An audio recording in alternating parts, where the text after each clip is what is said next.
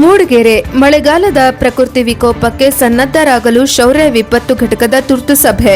ಮೂಡಿಗೆರೆ ಶ್ರೀ ಕ್ಷೇತ್ರ ಧರ್ಮಸ್ಥಳ ಗ್ರಾಮಾಭಿವೃದ್ಧಿ ಯೋಜನೆಯ ವತಿಯಿಂದ ಶೌರ್ಯ ವಿಪತ್ತು ಘಟಕದ ಕೋರ್ ಕಮಿಟಿ ಸಭೆಯು ಇಂದು ಮೂಡಿಗೆರೆ ತಾಲೂಕು ಯೋಜನಾ ಕಚೇರಿಯಲ್ಲಿ ನಡೆಯಿತು.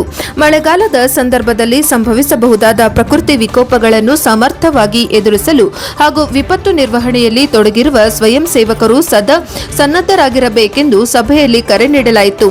ತುರ್ತು ಪರಿಸ್ಥಿತಿಗಳಲ್ಲಿ ಜನರ ರಕ್ಷಣೆ, ನೆರವು ಹಾಗೂ ಪರಿಹಾರ ಕಾರ್ಯಗಳಲ್ಲಿ ಪರಿಣಾಮಕಾರಿಯಾಗಿ ಕಾರ್ಯನಿರ್ವಹಿಸುವ ಕುರಿತು ಚರ್ಚೆ ನಡೆಸಲಾಯಿತು.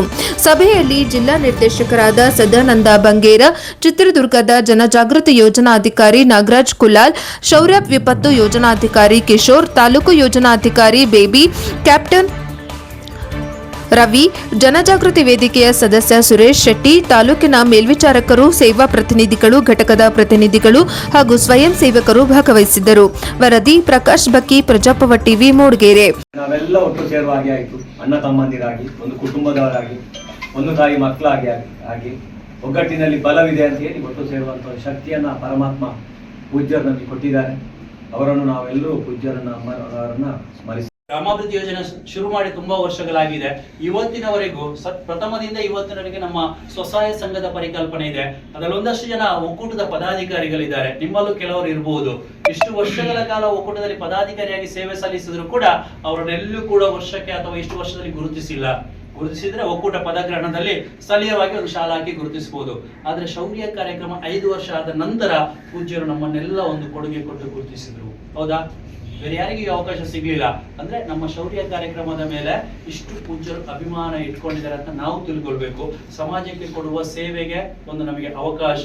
ಶ್ರೀ ಕ್ಷೇತ್ರ ಧರ್ಮಸ್ಥಳ ಗ್ರಾಮಾಭಿವೃದ್ಧಿ ಯೋಜನೆ ಎಂಬುದು ಒಂದು ಫೌಂಡೇಶನ್. ಅದರಲ್ಲಿ ಮಾಡುವಂತ ಚಟುವಟಿಕೆಗೆ ಇವತ್ತು ಹೈಲೈಟ್ ಆಗಿದೆ. ನಾವು ಏನೇ ಸೇವೆ ಕೊಟ್ಟರು ಕೂಡ ಜನರೊಟ್ಟಿಗೆ ಧರ್ಮದೇವತೆಗಳು, ಅಣ್ಣಪ್ಪ ಸ್ವಾಮಿ ಧರ್ಮದೇವತೆಗಳು ಅವರನ್ನು ವಂದಿಸ್ತಾ, ಧರ್ಮಸ್ಥಳದ ದೊಡ್ಡ ಕಾರ್ಮಿಕ ಛತ್ರ ಗಣಪತಿ ದೇವರು ಅವರನ್ನ ವಂದಿಸ್ತಾ, ನಾವೆಲ್ಲ ಇಲ್ಲಿ ಒಟ್ಟು ಸೇರಿದ್ರೆ ನೀವು ಯಾರ ನಾವು ಯಾರ, ನಾವೆಲ್ಲ ನೀನು ಕೆಲಸ ಮಾಡಿದ್ರೆ ಹಣನೂ ಬರುತ್ತೆ, ಹೆಸರು ಬರುತ್ತೆ.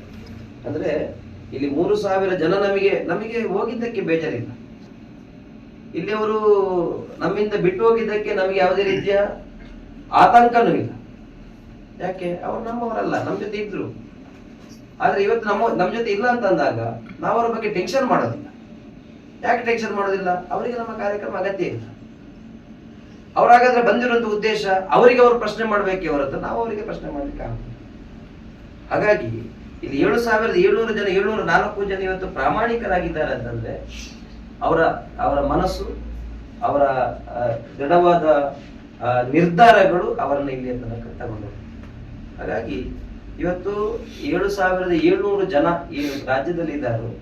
ಪೂಜ್ಯ ಹೆಗಡೆ ಅವರ ಅವತ್ತು ಮಾಡಿದಂತ ಬಹಳ ದೊಡ್ಡವಾದಂತ ಆ ಮಡಿಕೇರಿಯಲ್ಲಿ ಫ್ಲಡ್ ಬಂತು, ನಮ್ಮ ಬೆಳ್ತಂಗಡಿ ಭಾಗದಲ್ಲಿ ಫ್ಲಡ್ ಬಂತು, ಉತ್ತರ ಕರ್ನಾಟಕ. ಅವಾಗ ಅವರ ಯೋಚನೆ ಏನಿತ್ತು ಕೇಳಿದ್ರೆ, ಒಂದಷ್ಟು ಆ ಊರಿನ ಯಾರು ಹುಡುಗರಿದ್ದಾರೆ, ಯಾರು ಸಾಮಾಜಿಕ ಸೇವೆಯಲ್ಲಿ ಆಸಕ್ತಿ ಇದ್ದಾರೋ ಅವರನ್ನ ನಾವು ಕರ್ಕೊಂಡು ಬಂದು ಅವರಿಗೊಂದು ತರಬೇತಿಗಳನ್ನ ಕೊಟ್ಟು, SDRF ಇರ್ಬೋದು ಅಥವಾ NDRF ಇರ್ಬೋದು ಅಥವಾ ಸ್ಥಳೀಯ ಅಗ್ನಿಶಾಮಕ ದಳ ಇರ್ಬೋದು, ಅರಣ್ಯ ಇಲಾಖೆ ಇರ್ಬೋದು, ಈ ರೀತಿಯಲ್ಲಿ ಆ ಅಧಿಕಾರಿಗಳನ್ನ ಕರ್ಕೊಂಡು ಬಂದು ಅವರಿಗೆ ತರಬೇತಿಗಳನ್ನ ಕೊಟ್ರೆ, ಅವರಿಗೆ ಟ್ರೈನ್ ಅಪ್ ಮಾಡಿದ್ರೆ, ನಾಳೆ ಆ ಊರಿನಲ್ಲಿ SDRF ಅಥವಾ NDRF ಅಥವಾ ಅಗ್ನಿಶಾಮಕ ದಳ ಬರುವಾಗ ಲೇಟ್ ಆದ್ರೂ ಕೂಡ ನಮ್ಮ ಸ್ವಯಂ ಸೇವಕರು ಆ ಊರನ್ನ ರಕ್ಷಣೆ ಮಾಡಬಹುದು, ಆ ಅರಣ್ಯವನ್ನ ರಕ್ಷಣೆ ಮಾಡಬಹುದು, ಆ ಮನೆಯನ್ನ ರಕ್ಷಣೆ ಮಾಡಬಹುದು ಅಂತ ಹೇಳಿ ಅವತ್ತು ಹಾಕಿದಂತ ಆ ಶೌರ್ಯ ಕಾರ್ಯಕ್ರಮ ಇವತ್ತು 6 ವರ್ಷಗಳನ್ನ ಪೂರ್ತಿ ಮಾಡಿದೆ.